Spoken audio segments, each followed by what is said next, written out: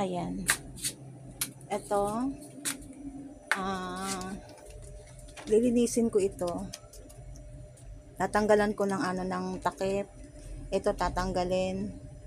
Tsaka yung hikaw. Hikaw or tenga ang tawag dyan. Ayan. Ay yung natin. Dalawang plastic.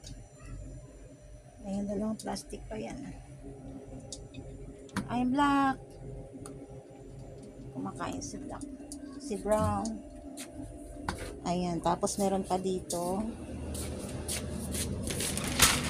Ayan, inuumpisahan ko na. Inuumpisahan ko na siyang ang naman to, lahat naman ng mga ito pinagamitan namin.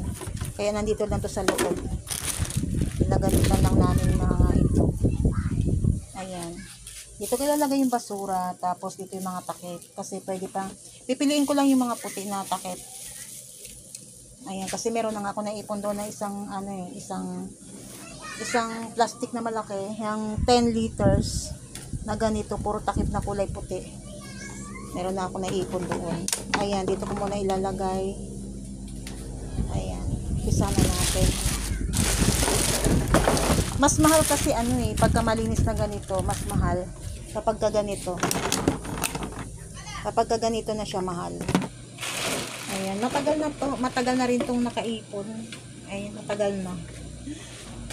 Yung nandun sa labas, meron nga doon ako nilagay sa labas ibibigay ko na lang yung doon sa nangunguha ng mga ganito, ibibigay ko na lang.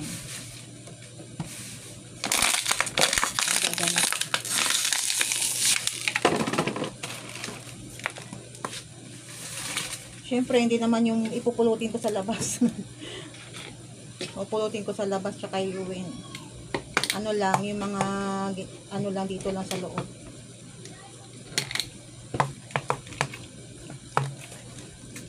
Ayan, ingat lang sa pagkaganito kasi baka tayo ay masugatan.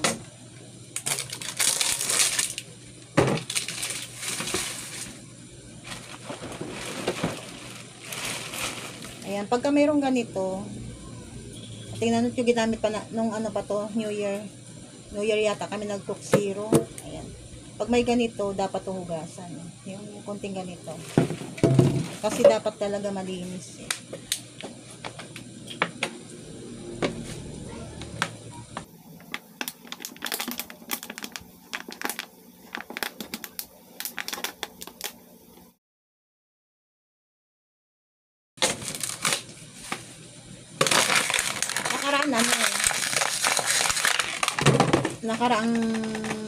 Nakaraan pa. Hindi nung linggo, nakaraang pa. Pinabenta ko sa asawa ko yung mga tansan, mga lata.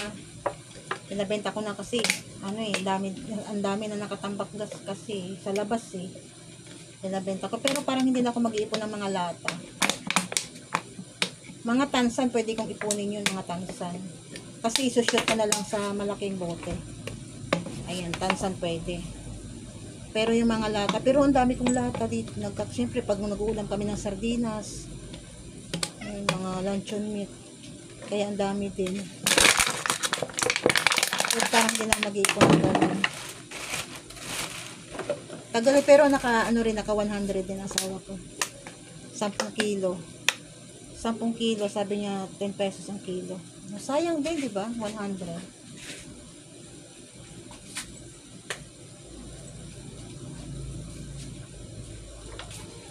Sayang din yun. Wala nga lang talaga akong stockan Pero karton, tumigil na kami sa karton kasi yung karton kasi is mura. Mura na yung karton ngayon, 2 piso 1 kilo. Tapos wala kami pag-i-stockan. Tsaka minsan pag nang-grocery ako is ginagamit na rin ng asawa ko yung mga karton. Minsan gahol kami sa karton. Minsan naman yung mga yung sa pure foods pagka hindi na rin nakatinabangan. Pagka yung tinatapon na lang namin. Kaya kinukuha ng mga dyan, ng mga nagbebenta talaga ng kinukuha din nila. Dati may nag-iipon kami ng karton Dati 4 pesos pa yung yung kilo ng karton. Ngayon, nag 2 piso. Mura masyado.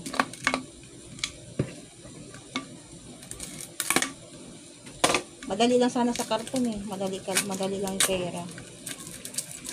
Kasi, ano, tawag dito, pag madami kang karton. Ayan, yung ganito, pag may ganito,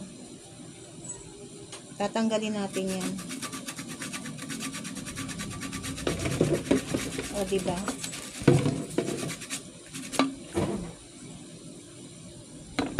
Ganon.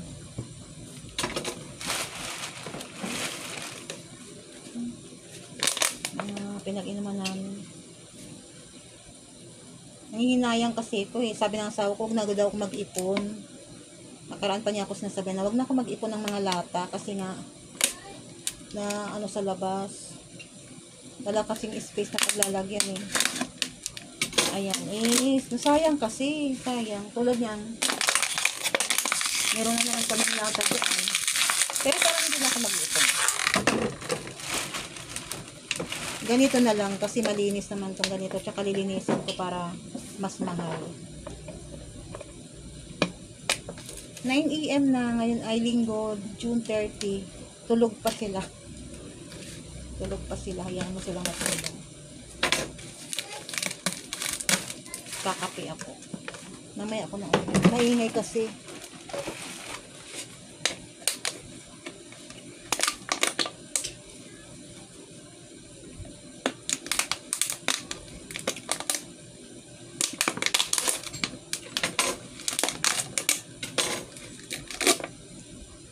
Minsan nga dyan may nakikita akong ano talagang hinuhugasan nila, sinasabon nila yung mga ganito. Ay, ewan ko kung ano gagawin doon. Kasi sinasabon.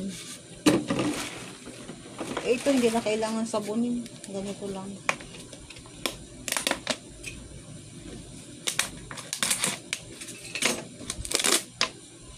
Ano din, dati, ayan yung ganito, binibili talaga to sa palengke eh. Pinaglalagyan ng mantika. Ito, piso yata, piso. Tsaka yung ganito is 2 piso or 150. Pero hugasan mo. Ayan. Dati bumibili ang amo ni Don ng ganito eh. Yung sa palengke. Bumibili ng ganito. Kasi pinaglalagyan nila ng mantika. Pero mas maganda yun kasi mas mahal. Ngayon wala eh. Wala akong kakilala sa palengke na na ng ganun. Tsaka wala na yun sa trabaho ng asawa ko. Wala na.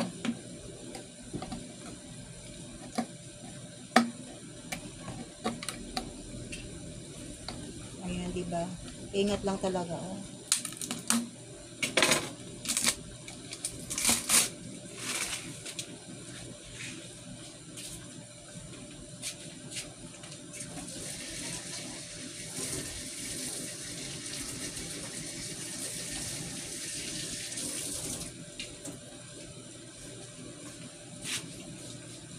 Ay, iba yung hugasan ko. Ayan, magtitimpla muna ako ng kape. Ayan, kape muna tayo. Ano lang to, kopi ko yung brown, wala ng gatas. Kasi natikman ko yung nagtimpla ko sa asawa ko na yung walang gatas. Masarap din pala. Meron siyang konting pait. Kasi pagka ko ng coffee ko brown is nilalagyan ko ng gatas. Kaya ito puro ito. Ang dami.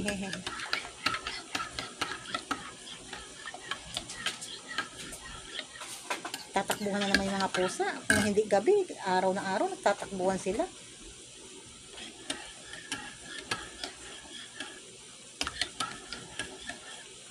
Ayan.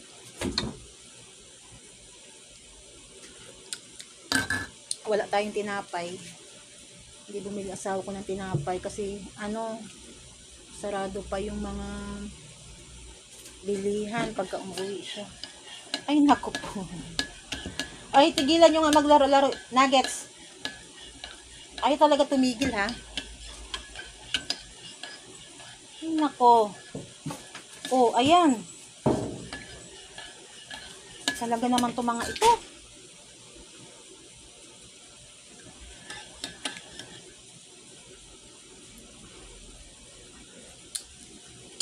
mga pasaway. Ayan.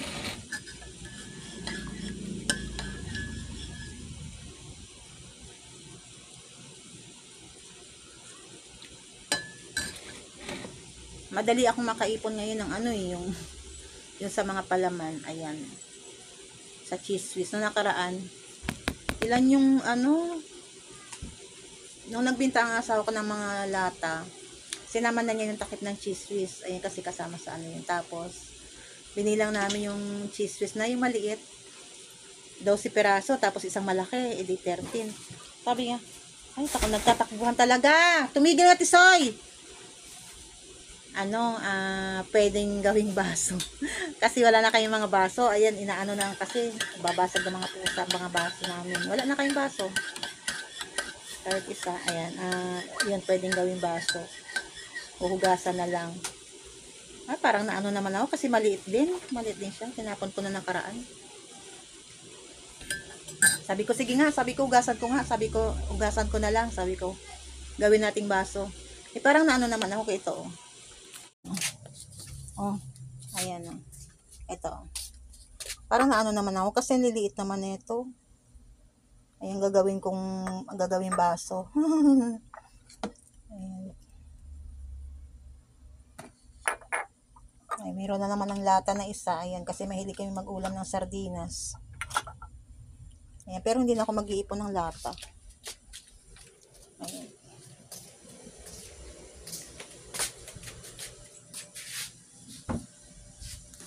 Ayan, mga bapusa.